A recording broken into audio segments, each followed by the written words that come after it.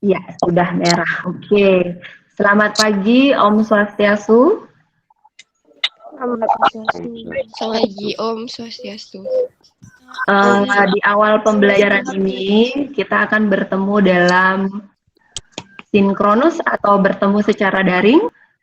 Tujuannya agar kita ada kegiatan yang tatap muka. Nah, dalam pembelajaran kita di hari ini, kita akan memperkenalkan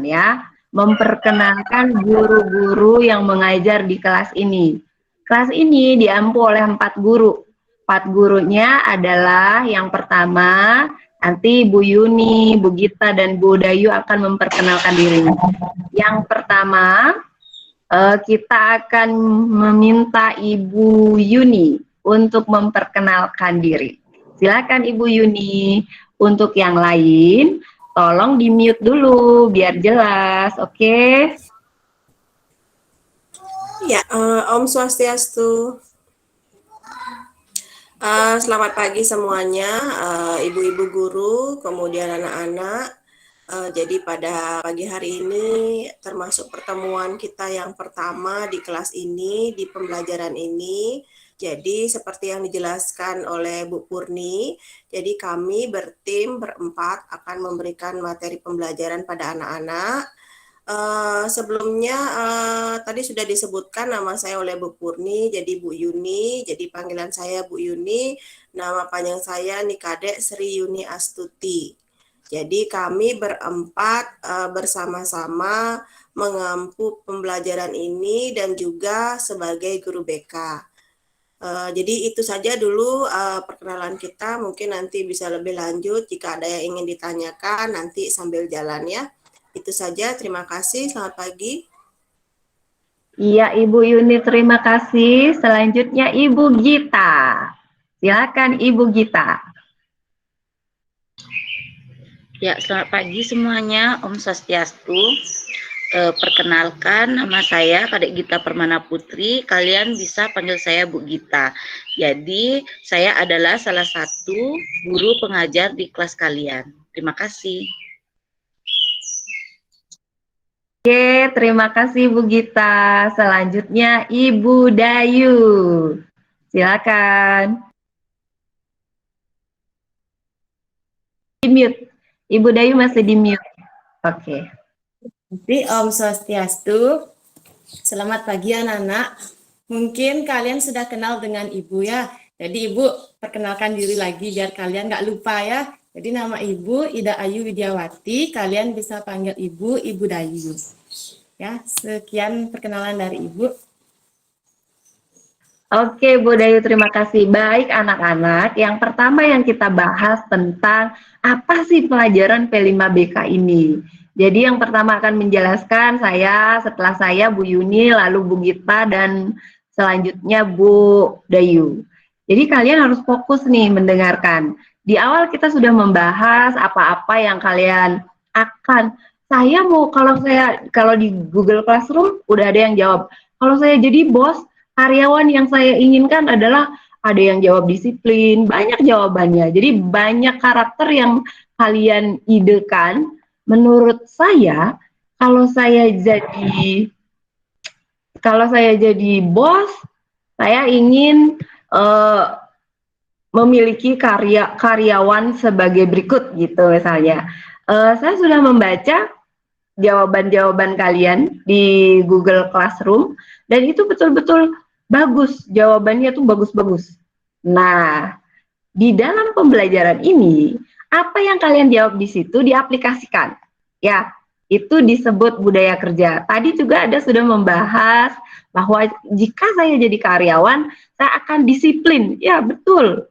Jujur, betul. Kreatif, betul. Nah, kita akan mengawali dengan materi pengantarnya. Apa itu pembelajaran P5BK ini? Saya share screen dulu ya.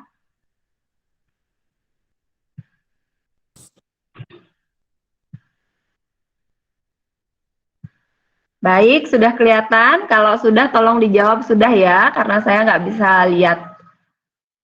Sudah? Sudah. Sudah, Bu. Ya.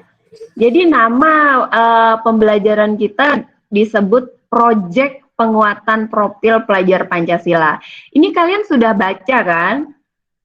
Sudah dibaca belum?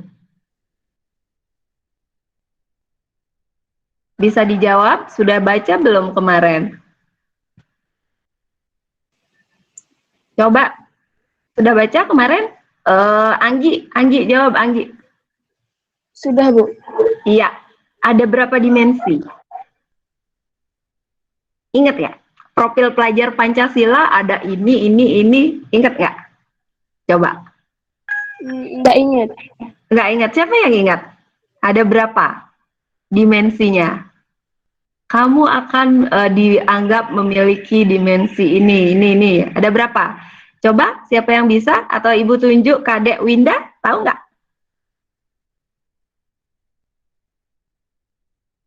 Atau Nopi? Jadi nggak ada yang baca berarti ya. Nah, ini kebiasaan kalian kalau ada materi yang diberikan, tolong dibaca. Kalau Ayu tahu nggak? Ayu Juniantari, ada berapa dimensi dalam profil pelajar Pancasila? Ada 6, Bu. Wah, cerdas. Ini Ayu cerdas. Boleh sebut salah satu nggak? Kreatif. Beriman. Iya, kreatif ya. Ada ya kreatif. Ayo dijawab lagi, siapa yang bisa? Itu cerdas itu. Ingat dia. Oke, bagus Ayu. Jadi Ayu sudah membaca dan Ibu akan tayangkan dulu. Ayu nih bagus nih, berarti dia ingat yang udah dibaca. Jadi kalau kalian jadi siswa itu namanya budaya membaca. Lalu diingat. Ya.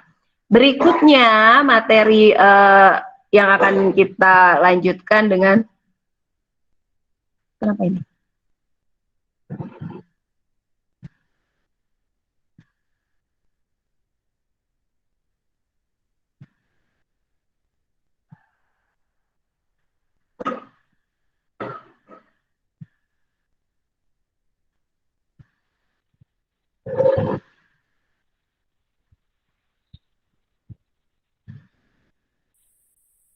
Ya, ini.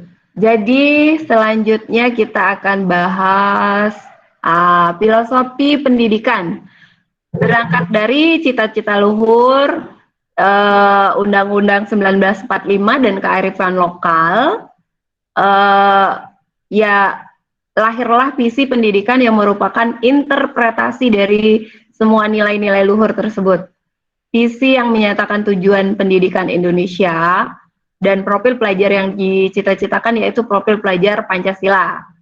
Visi pendidikannya mewujudkan Indonesia maju, berdaulat, mandiri, dan berkepribadian. Nah, profil pelajar Pancasila.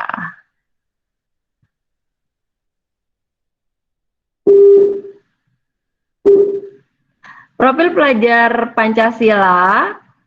pelajar Pancasila dirancang untuk menjawab satu pertanyaan besar. Pelajar dengan profil atau kompetensi seperti apa yang ingin dihasilkan oleh sistem pendidikan. Jadi maksudnya nanti setelah lulus dari sini, kalian itu seperti apa? Jadi harapannya itu memiliki profil pelajar Pancasila.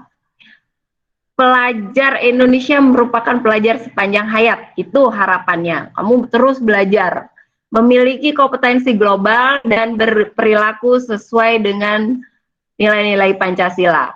Jadi itu yang diharapkan pemerintah. Pernyataan ini berkaitan dua hal, kompetensi untuk menjadi warga negara Indonesia yang demokratis dan menjadi manusia unggul dan produktif.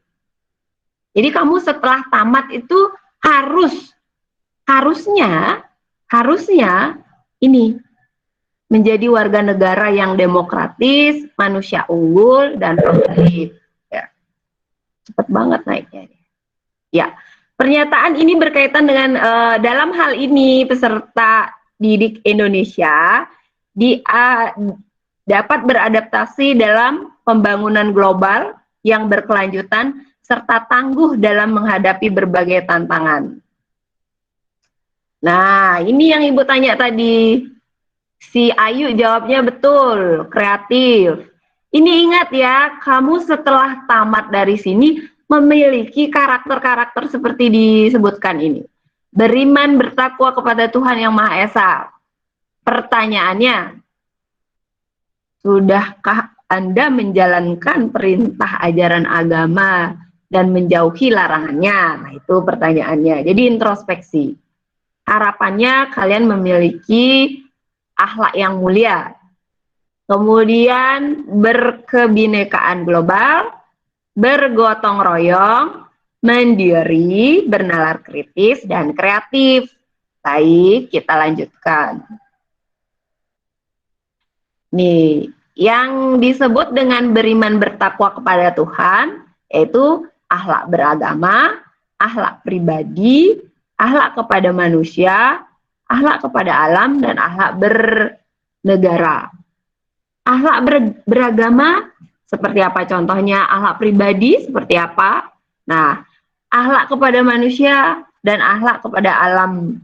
Contoh kalau akhlak kepada alam misalnya go green. Kamu nggak boleh membuat merusak lingkungan. Kalau di Hindu tuh ada tuh Trihita Karana. Ya kan? Pernah dengar kan? Ya, semoga pernah dengar. Kalau yang Hindu.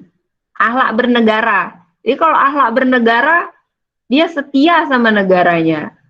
Seperti zaman sekarang kan banyak yang menganggap bahwa negara ini akan diganti gitu misalnya dengan hal-hal yang seperti ISIS gitu misalnya. Ya. Lalu berkebinekaan global. Apa yang diminta? Mengenal dan menghargai budaya, kemampuan komunikasi interkultural dalam berinteraksi dengan sesama. Refleksi dan tanggung jawab terhadap pengalaman kebinekaan.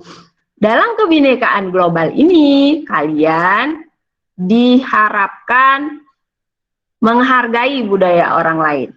Jadi kalau di Bali sama di Padang itu kan beda budaya, atau di Medan kan juga beda budaya. Kita harus bisa menghargainya. Oh, jadi karena itu adalah budayanya, kita menghargai, nggak boleh menghina. Atau bedaan budaya orang Beleleng dengan orang Badung misalnya. Nanti kita sebenarnya itu disebut bullying, yang mengomentari logat berbicara. Sebenarnya itu budaya juga ya. Jadi itu menyebabkan nanti kalau tidak menghargai itu menyebabkan bentrok atau perkelahian. Kemampuan komunikasi ya, berinteraksi dengan sesama. Jadi tidak bisa kita memakai bahasa belelengnya yang kasar dengan perbedaan budaya di tempat lain. Misalnya kalau orang biasanya di Badung Gianyar gitu misalnya, gitu. Kalau orang Beleleng kan itu biasa ya dengan pergaulan. Tapi kalau orang berbeda budaya tidak bisa menerima itu. Nah, oleh sebab itu gunakanlah karakter-karakter yang tidak memicu perkelahian. Refleksi tanggung jawab terhadap pengalaman kebinekaan. Nah, itu. Nah, anak-anak, sekarang materi dari Ibu sampai sekian, lalu akan dilanjutkan oleh Ibu Yuni. Dari sini, gotong royong. Ya, silakan Ibu Yuni. Ya, terima kasih Bu Kadek Purni. Jadi sekali lagi selamat pagi anak-anak. Untuk pagi hari ini, jadi saya akan melanjutkan dari penjelasan yang sudah diberikan tadi oleh Bu Kadek Purni. Jadi saya akan melanjutkan ke bagian dari gotong royong. Jadi kalau kalian sudah baca di layar, gotong royong itu ada bagiannya yaitu kolaborasi, kepedulian, kemudian berbagi. Nah, apa yang dimaksudkan dari gotong royong ini? Jadi kita baik guru ataupun anak-anak diminta untuk bersama-sama melakukan gotong royong. Di antaranya yaitu berkolaborasi, kemudian peduli, entah itu dari skup yang lebih kecil, peduli akan lingkungan sekitar gitu ya, orang-orang terdekat kalian minimal, atau teman-teman kalian, dan sampai dengan ke masyarakat. Buka dapur nih layarnya, ya. Kemudian yang lainnya yaitu berbagi. Jadi kalian anak-anak diminta untuk mampu berbagi. Jadi berbagi akan sesama. Contohnya saya ambil dalam proses pembelajaran. Jadi ketika kalian di sekolah gitu ya nantinya, ataupun sekarang sambil jalan daring ini, ketika ada teman misalkan yang berbicara atau cerita kepada kalian tentang permasalahannya gitu ya. Jadi kalian pun harus mampu untuk peduli dan berbagi. Misalkan ketika pembelajaran mata pelajaran tertentu, temannya cerita tidak punya catatan karena lupa mencatat, jadi tidak bisa mengerjakan tugas. Kalau anak-anak yang peduli pasti akan care kepada temannya, jadi akan berbagi catatan. Oh ya, ini catatan saya dipinjam. Nah, itu salah satu bentuk dari kalian berkolaborasi, bekerja sama dengan teman kalian, kemudian peduli dan berbagi. Jadi kalian peduli, teman kalian tidak punya catatan, kalian berbagi catatan kalian. Itu contoh kecil ya. Harapannya anak-anak bisa bergotong royong seperti itu. Dari hal yang terkecil dulu sampai dengan hal yang lebih besar dan mencangkup masyarakat. Ya. Kemudian berikutnya itu ada mandiri. Mandiri di sana adalah kesadaran akan diri dan situasi yang dihadapi, kemudian regulasi diri.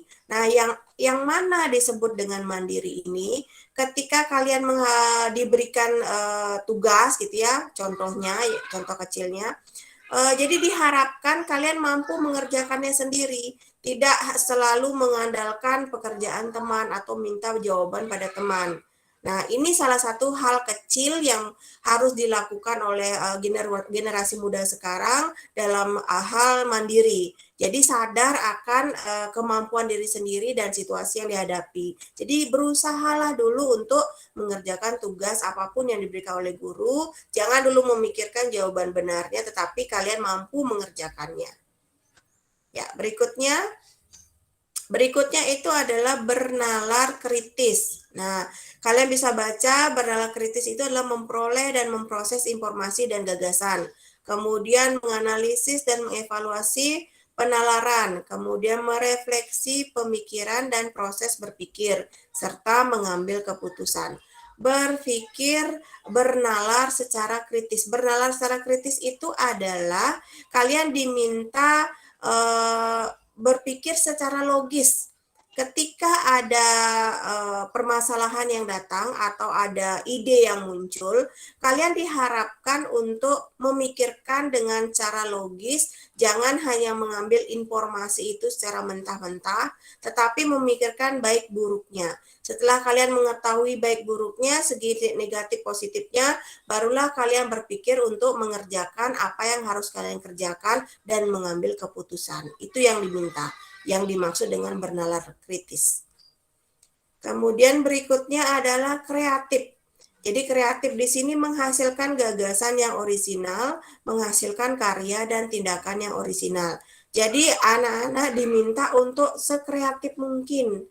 Mulai dari hal kecil, misalkan dalam berpendapat. Ketika ada guru yang bertanya, meminta pendapat kalian, kalian tidak malu mengacungkan tangan untuk memberikan ide-ide atau pendapat kalian. Itu salah satu contoh hal kecil yaitu dari kreatif. Dan kreatif yang lainnya adalah kalian diminta untuk memunculkan ide-ide baru, ya, yang berasal dari diri sendiri untuk bisa dikembangkan dan dikerjakan dengan hal-hal yang positif. Itu harapannya. Nah, kemudian di sini diberikan gambaran, ada gambaran tentang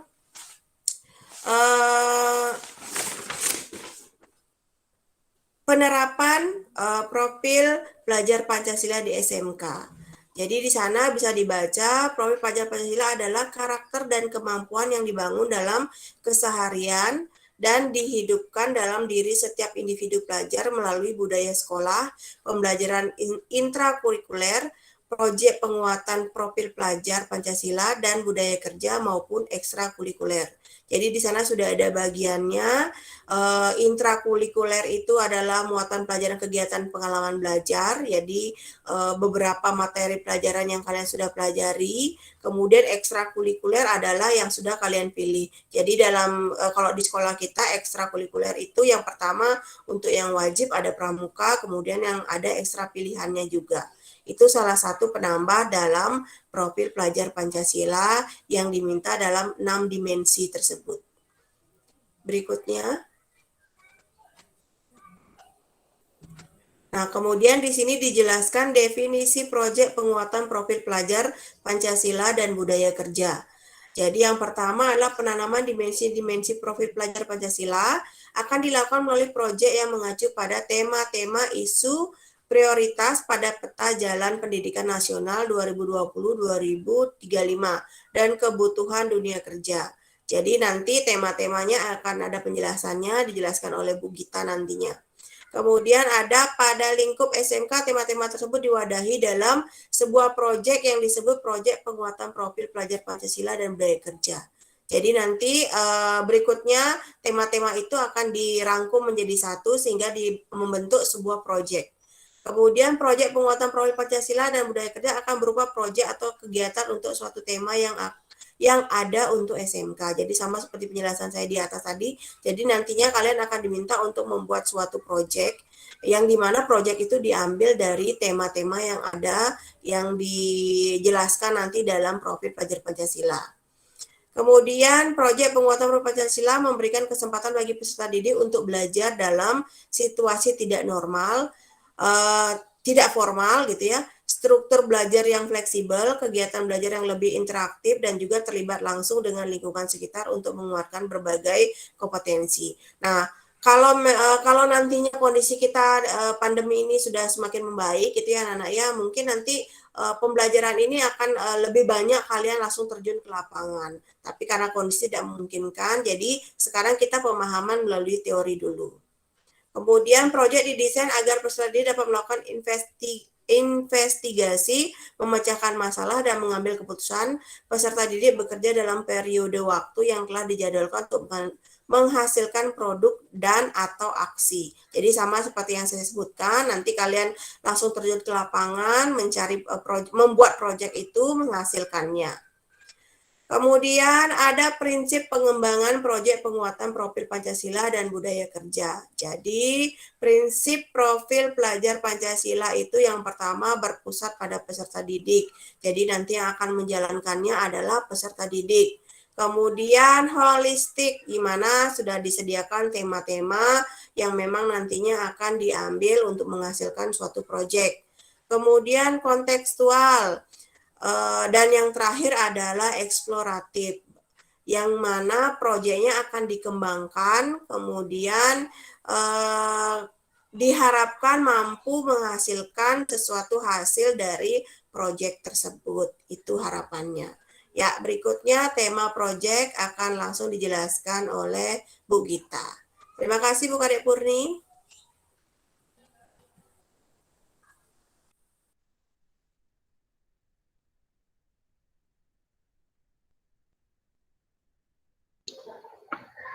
Ya, baik, terima kasih Bu Yuni.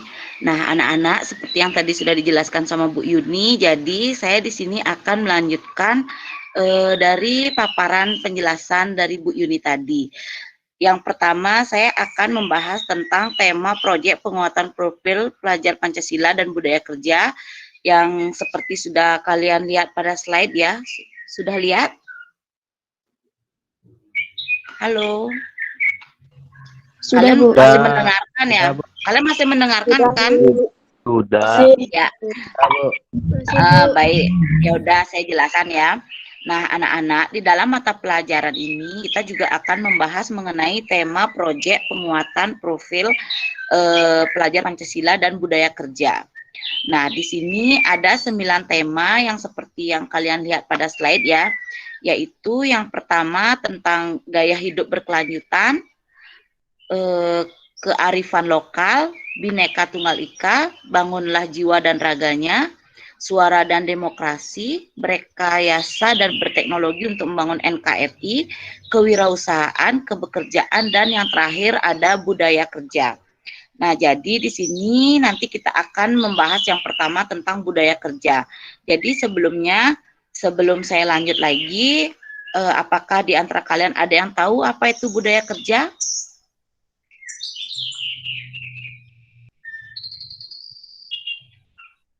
Anak-anak, saya bertanya, ada yang tahu pengertian budaya kerja?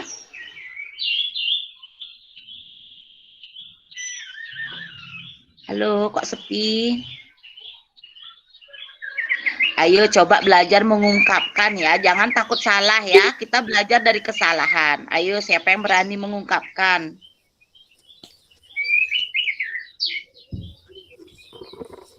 Enggak, Bu. Belum ya? Ya udah, jadi saya lanjut ya. Pengertian budaya kerja. Jadi budaya kerja itu adalah suatu filosofi atau pengetahuan yang didasari oleh pandangan hidup yang menjadi sifat dan kebiasaan. Kemudian dari kebiasaan bisa tercermin dari sikap menjadi perilaku, ya. Ya. Paham anak-anak? Paham, Bu.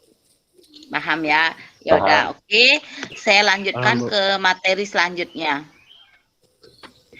Materi selanjutnya tentang pengembangan bahan pembelajaran proyek. Jadi pengembangan bahan pelajaran proyek ini yang pertama itu mengacu kepada dimensi elemen dan subelemen profil pelajar Pancasila. Bisa kalian baca ya slide-nya? Bisa ya? Nah, Bisa, yang kedua Bu. itu yang kedua ada berpusat pada peserta didik. Bahan pembelajaran proyek dikembangkan dengan memperhatikan kebutuhan peserta didik, minat peserta didik, dan perkembangan sesuai fase elemen dan subelemen dari dimensi profil pelajar Pancasila. Nah, setiap kegiatan proyek dapat mengasah kemampuan murid dalam memunculkan inisiatif serta meningkatkan daya untuk menentukan pilihan dan memecahkan masalah yang diangkat dalam proyek. Yang ketiga, holistik. Bahan pembelajaran proyek dikembangkan dengan memperhatikan tema secara utuh dan melihat keterhubungan dan berbagai hal untuk memahami sebuah isu secara mendalam. Oleh karena itu, setiap tema proyek yang dijalankan dengan pendekatan lintas ilmu dan konten pengetahuan secara terpadu, ya, dengan memperhatikan koneksi yang bermakna antar komponen dalam pelaksanaan proyek seperti murid, guru, sekolah, masyarakat, dan realitas kehidupan sehari-hari. Yang keempat ada kontekstual, yaitu bahan pembelajaran dikembangkan berdasarkan pada pengalaman nyata yang dihadapi dalam dalam keseharian, Tema-tema proyek disajikan sebisa mungkin dapat menyentuh persoalan lokal yang terjadi di daerah masing-masing. Dan yang terakhir ada eksploratif. Bahan pembelajaran proyek dikembangkan dengan semangat membuka ruang yang lebar bagi proses inquiry dan pengembangan diri. Dan materi selanjutnya tentang menerapkan 5R. Anak-anak tahu 5R? Halo anak-anak, ini kan materi minggu lalu sudah sempat di-share ya sama Bu Purni. Jadi kalau kalian sudah dapat baca, pasti kalian sedikit memahami ya materi tentang materi hari ini. Jadi saya bertanya, apa kalian sudah tahu apa itu 5R?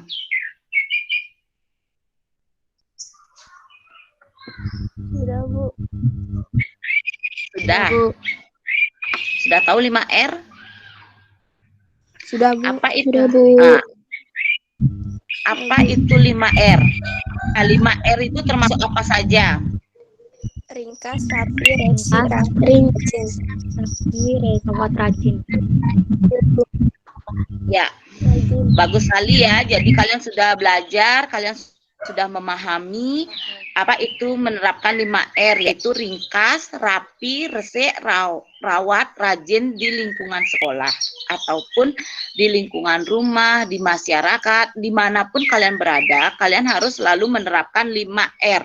Ya, harus ringkas, rapi, kalian harus resik, harus rawat, kalian harus rajin. Ya, untuk pembahasan selanjutnya ini akan dibahas lagi lebih detail oleh Bu Dayu ya. Untuk Bu Dayu saya persilahkan.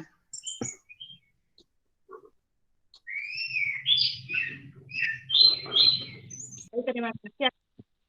Nah, sekarang saya akan melanjutkan materi hari ini yaitu tentang budaya kerja. Bu Kadek Femi, slide-nya.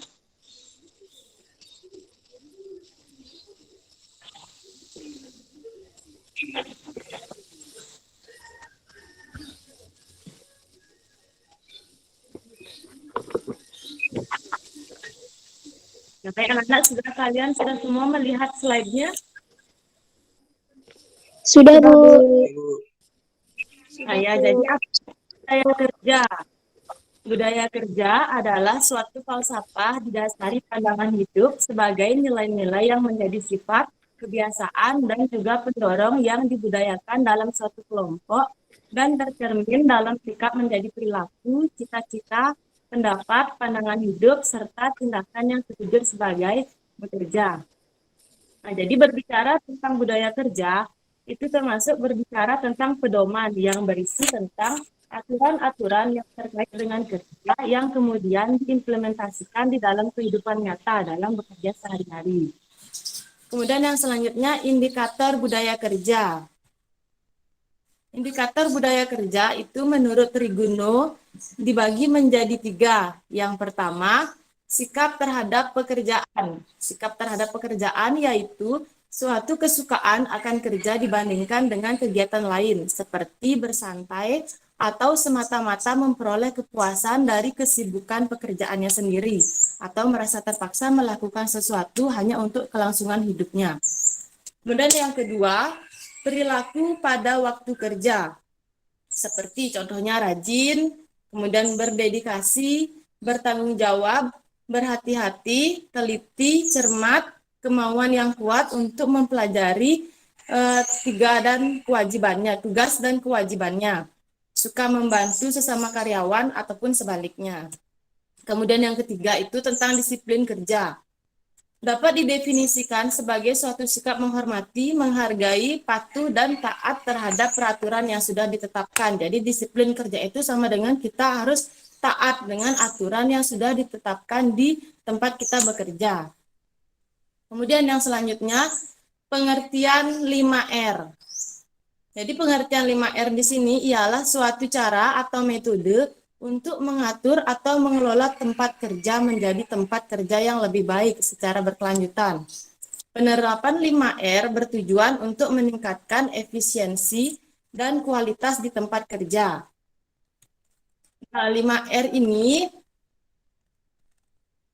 penerapan 5R yang merupakan adaptasi program 5S, yaitu Seiri, Seiton, Seiso, Seiketsu, dan Shisuke, yang kemudian dikembangkan di Jepang dan sudah digunakan oleh banyak negara di seluruh penjuru dunia. Ini merupakan suatu metode sederhana untuk melakukan penataan dan pembersihan tempat kerja yang dikembangkan dan diterapkan di Jepang. Nah, jadi 5R ini merupakan budaya kerja, budaya yang bagaimana seseorang memperlakukan tempat bekerjanya secara benar. Jadi, bila tempat kerja kita tertata dengan rapi, bersih, dan tertib, maka kemudahan bekerja perorangan dapat diciptakan dengan demikian efisiensi ataupun produktivitas. Kemudian yang selanjutnya, tentang penerapan 5R. Penerapan 5R itu ada 5. Yang pertama ringkas, rapi, resik, rajin, dan rawat. Ringkas. Prinsip ringkas adalah memisahkan segala sesuatu yang diperlukan dan menyingkirkan yang tidak diperlukan dari tempat kerja. Jadi kita memilah mana yang diperlukan dan tidak diperlukan. Yang kebutuhan itu bisa dibuang atau disisihkan, sedangkan yang memang perlu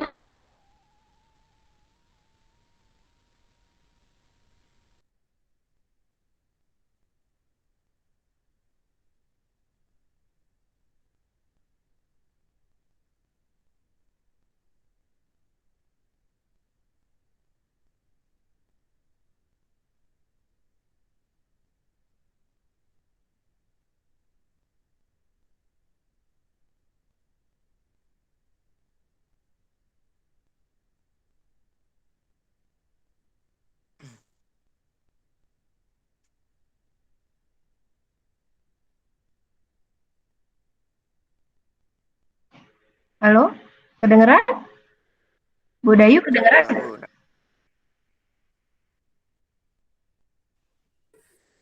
Mungkin sinyalnya Bu Dayu yang bermasalah. Sinyalnya Bu Dayu ya? disimpan dengan baik. Nah, untuk resi ini contohnya yang pertama misalnya membersihkan tempat kerja dari semua kotoran, debu atau sampah. Kemudian ada menyediakan sarana kebersihan di tempat kerja misalnya atau meminimalisir sumber-sumber kotoran yang ada. Nah, yang selanjutnya itu prinsip rajin. Prinsip rajin adalah terciptanya kebiasaan pribadi guru dan karyawan serta siswa untuk menjaga dan menciptakan apa yang sudah dicapai. Rajin berarti pengembangan kebiasaan positif di lingkungan sekolah. Apa yang sudah baik harus dulu dalam keadaan prima dan setiap saat. Prinsip rajin adalah melakukan apa yang harus dilakukan, melakukan apa yang tidak boleh dilakukan. Jadi kalian melakukan sesuatu itu harus pastikan mana dan mana dilakukan, kalian tidak boleh dilakukan, jangan dilakukan ya. Kemudian yang selanjutnya itu rawat. Bisa dicapai pada ringkas, rapi dan resik. Jadi rawat ini hasilnya itu dicapai. Nah, sebelumnya bukan standar ini dapat berjalan apabila dilaksanakan bersama-sama yang ada di lingkungan sekolah. Nah, prinsip rawat ini mempertahankan 3 kondisi dari waktu ke waktu. Nah, baik, yang selanjutnya itu manfaat penerapan 5R di tempat kerja. Ada beberapa manfaat dari penerapan 5R di tempat kerja. Di antaranya, pertama, meningkatkan produktivitas karena mengatur tempat kerja meningkatkan kenyamanan karena tidak selalu bersih menjadi lapang. Kurangi di tempat kerja karena kualitas tempat kerja yang bagus. Dengan adanya kualitas di tempat kita kerja itu sudah baik, maka akan mengurangi bahaya yang ada di tempat kerja. Kemudian yang selanjutnya, menambah penghematan karena menghilangkan berbagai pemborosan di tempat kerja. Ya, baik, itu manfaat dari penerapan 5R di tempat kerja. Baik, sekian materi yang dapat Ibu sampaikan. Mungkin dari anak-anak, apakah kalian ada yang belum dipahami atau mungkin kalian ada yang ingin bertanya, silakan kalian sampaikan di dalam Meet ini. Bagaimana, Nana? Apakah kalian paham dengan materi hari ini? Paham. Paham. Paham, Bu. Paham, Bu. Ada yang ingin ditanyakan atau mungkin kalian memiliki pertanyaan tapi malu untuk mengungkapkannya di sini?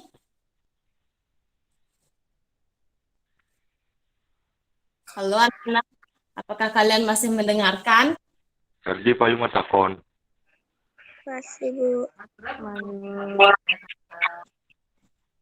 Ada yang ingin bertanya?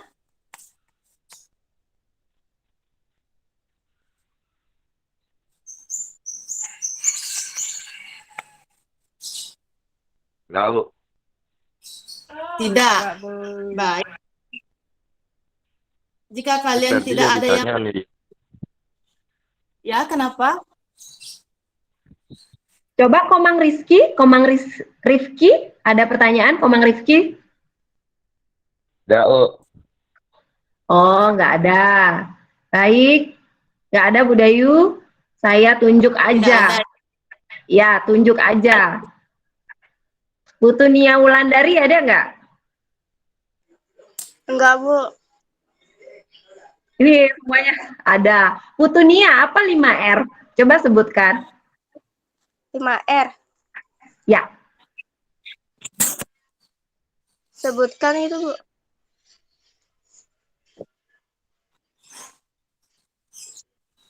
Iya, sebutkan. Apa 5R?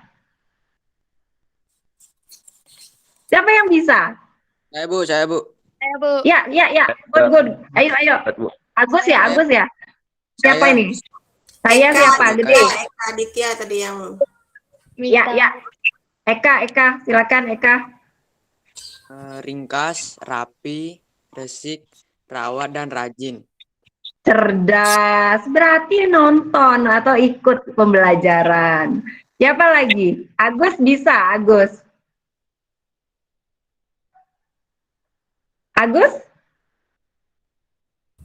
Ya, betul itu. Ya, pertanyaan berikutnya, apa aja itu bisa jelasin salah satu nggak? Salah satu bisa nggak? Jelasin salah satu, siapa yang bisa? Komang Sri atau Rifki atau yang lain, Komang Mita. Nah, jadi nanti akan Ketut Agus Suartano, baru dia gabung. Ya, ada 5R itu harus kalian terapkan di mana? Pertanyaannya gitu, di mana diterapkan 5R? Tempat kerja. Ya, oke, tempat kerja. Rifki yang jawab. Terus kalau sekarang belum bekerja diterapin di mana? Di lingkungan Sekolah. Di sekolah, Bu. Kalau sekarang nggak sekolah diterapin di mana? Rumah. Ya, itu namanya budaya. Ya, betul, semua jawabannya betul. Ayo dilanjutkan Ibu Dayu, tugasnya silakan.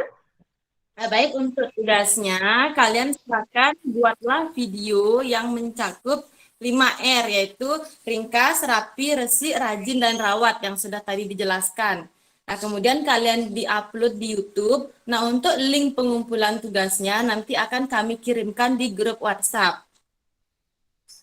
Ya, bagaimana anak-anak, sudah paham kalian? Sudah, Bu. Sudah, Bu.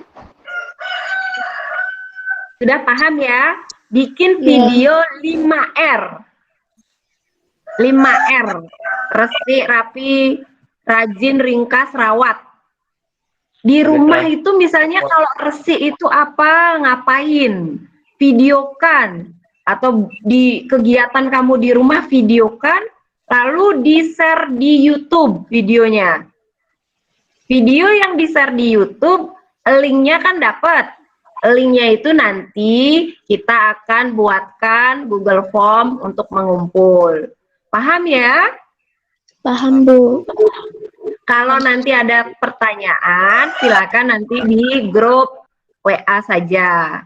Kalau sudah paham, Ibu Gita, Ibu Yuni, ada yang disampaikan lagi?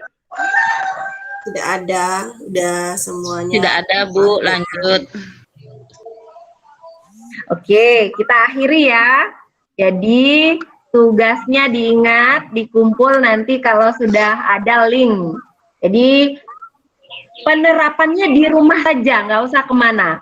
Jadi kalau kamar kamu belum rapi, rapiin, foto dulu sebelum masih berantakan, foto cekrek. Habis sudah rapi, cekrek. Ketika bersih-bersih divideokan juga boleh. Itu biar kamu tahu. Kalau bisa setiap hari kamu posting. Kalau bisa posting before after, sebelum bersih, sesudah bersih. Gak apa-apa tiap hari daripada foto selfie aja, ya kan? Oke, kita akhiri kegiatan kalau sudah tidak ada pertanyaan. Ada pertanyaan? Gak ada, Bu. Tidak, Bu. Tidak, Bu. Tidak ada. Bu. Ya, baik. Mari kita tutup dengan Paramesanti. Om Santi. Om Santi Santi Santi Ya. Santi Om. Terima kasih atas kerjasamanya. Gimana Kak Kon? Kita akhiri. Semangat Bu. ya. Ya. Bu. Tidak, Bu. Ya, Bu. Ya, boleh diakhiri. Oke.